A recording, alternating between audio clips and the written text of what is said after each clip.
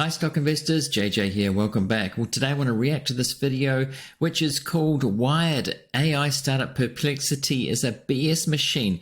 Now this catches my eye because I've been using Perplexity and I think it's really good.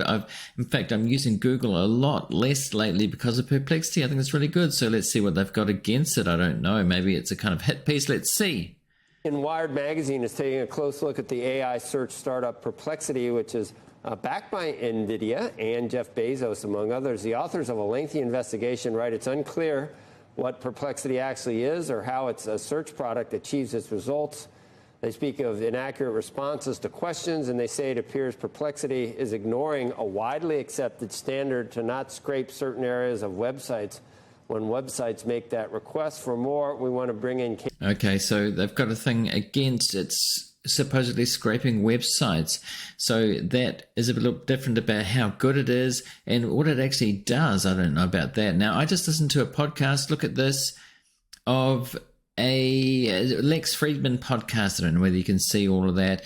Aravind Srinivas by Lex Friedman, a 3-hour podcast where he's the CEO of Perplexity and he explains how it works, what it does, and he does go into this thing about where they get their data from. I mean, if they do have something against it, I mean, that'll be revealed.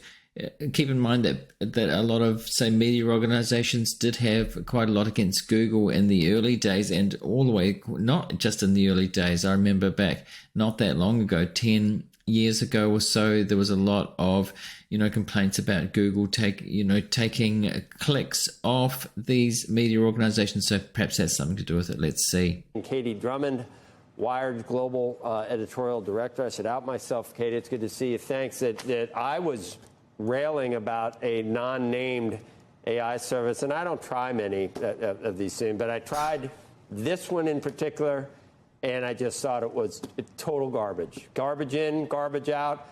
You ask them a question about an individual, about anything, they scour Reddit chat boards, find the nastiest stuff from some total outlier, and put that as an answer to whether, I mean, it was a mess. It was ego, and there was no thinking or analysis or any of the things we tie to AI, which make it better than just Google. None of that was present that I could. Wow, I haven't found that at all. I don't know what he's talking about here.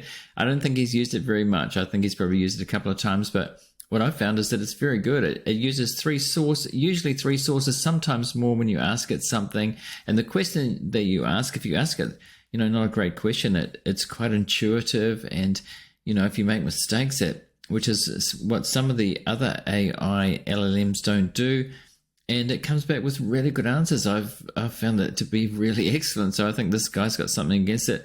He's not so great on technology. I've noticed he rails against technologies quite a lot. So I really don't know what he's talking about here in terms of that. I think it's really good. And if you've tried it, let me know in the comments what you think of it, whether you think it's good or not. But I found it to be pretty accurate and it cites all the sources. And so you can go to the sources, whether they be YouTube videos. Yes, it does use Reddit sometimes, but you can see what sources it uses. So I found it to be really good, and I'm using it more and more for many things. And it's not so much you have conversations with it, but the follow-up questions are really good.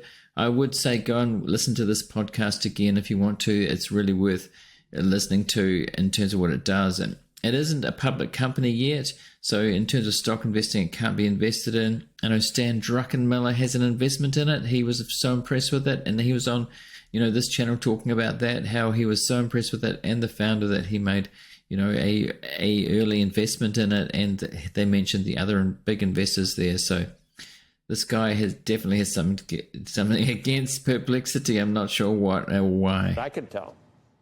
Right. Well, it certainly is a confusing tool. It's also a tool that in a very short period of time has, built up towards a valuation of $1 billion. This is a company that is, has developed, a product that is exceedingly popular from, what we can. And why is it popular is the question. I mean, if it's not good, it reminds me, this product, Perplexity reminds me of when I first used Google. I thought, wow, this is so simple and easy to use. It's kind of like that. It's the first product like that in terms of similar to search, although it's an answer engine that I've found it to be like that. Can tell. It is also, quite honestly, very confusing trying to understand exactly how Perplexity works, how it obtains information, and then sort of how it summarizes and synthesizes that information for audiences. Okay, so I think this is what they've got against it. So they're wired, media organizations, they're worried about their data being taken, and that maybe has to be something to be worked out. I don't actually know. I mean, he said in that podcast, the CEO said that they stick within the rules of what they're supposed to do, but sometimes these things take a while to work through and to see what's going on and to be worked out. I don't know if some of the information that I've got from it, they do, because they point to the sources, like you end up going to the sources to read it anyway, just to check that it's right, which some of the other LLMs don't seem to do and don't cite sources properly. Can it get better? Because for me, it looked like it just it searched the web, collated a few things, put it all together with no logic or like the next derivative of whatever AI is supposed to do other than just searching the web for whatever terms or words that you used. The valuations we're seeing for NVIDIA and for the whole AI arena can't just be from searching the web and finding a couple of things and sticking them in a hodgepodge together. That cannot be what AI is. I'm looking for. It's not a hodgepodge, though. I disagree with that. What they summarize. I mean, when you go to Google, you look through, you have to go to links, and you might get quite a few links, and it takes you a while to work out. This does give you one answer, and it cites things. I've had some technical problems with software, for instance. I asked a question, very specific question. I wasn't expecting to hear the answer, and it pointed me exactly to this YouTube video and the site related to it that solved the problem immediately. So I don't know what he's talking about. I don't think he's used it very much. For sentience, Katie, and there was nothing even. It looks like it's 100 years off when I look at this thing. Well, I don't know that you're ever going to get to sentience, but in terms of talking, give me something other than a Google search. Sure, these companies. Oh, come on, this guy. He's sort of in this race. Oh. Race to be first, to be biggest, to obtain the biggest valuation, the biggest market share. I think the real question that our investigation raises is, off the back of what information? I haven't read this article, by the way, this lengthy Whaaat article about it. I haven't read it, but obviously this does come across like a hit piece. If they have a problem with how the information, the data is obtained, that seems to be the main thing, but saying that it's not good, is not the case. I think it's very good. Sort of how is that information being obtained? And what we ultimately discovered is that despite the fact that engineers at Condé Nast, which is the parent company that owns Wired and many other publications, they had actually implemented a very, very commonly accepted protocol called robots.txt. It essentially tells a crawler or a bot, do not scrape this website. We do not want you to access this information. What we discovered, and what it appears that Perplexity is doing in this sort of race to be first, be biggest, they were actually scraping our sites using an undisclosed IP address that was not on the list of sort of publicly available IP addresses that Perplexity had shared with the public. They were using that IP address to essentially circumvent our request that they not scrape our journalism and that they not use our journalism to sort of fuel their product.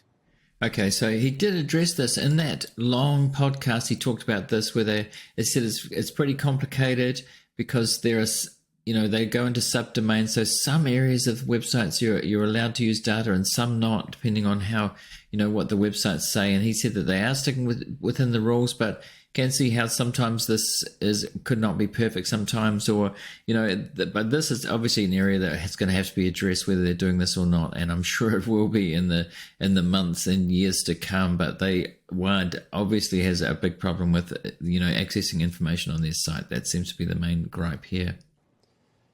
Katie, just in terms of inherent biases too, and whether you're right, whether you're left, you can go back and look at certain recent things that we've seen in the last 3-4 years, the way something is characterized. And for lack of a better idea, let's say you search Perplexity, where did COVID come from? What if it tells me it was absolutely jumped from one animal in a in a wet market to another, and anything. It can do that. It can give, when it searches. I've looked at things that I disagree with consensus on, and it comes out with the knee-jerk answer. Some of these. Is ChatGPT or any? I don't think it does that at all. I don't think that's correct. One of the good things about Perplexity is that it does cite the sources, and it cites human information. So there's a very little hallucination there, as far as I can tell. Some of it's been pretty accurate, and you can check the sources, and if it's a source that is kind of opinion, say on Reddit, which it usually isn't. So I found it to be, the sources to be much better than LLMs, where it does tend to hallucinate. And the CEO talked about this, is that they're trying to cut down hallucinations. So again, I haven't found what he's talking about there to be accurate at all. Any of them totally non-biased and fair at this point and accurate? Well, these tools rely on information that is readily available on the internet. It's GIGO. It's GIGO. It's garbage in and garbage out. But I want something that can say this is garbage, and I'm smart enough to know it's garbage.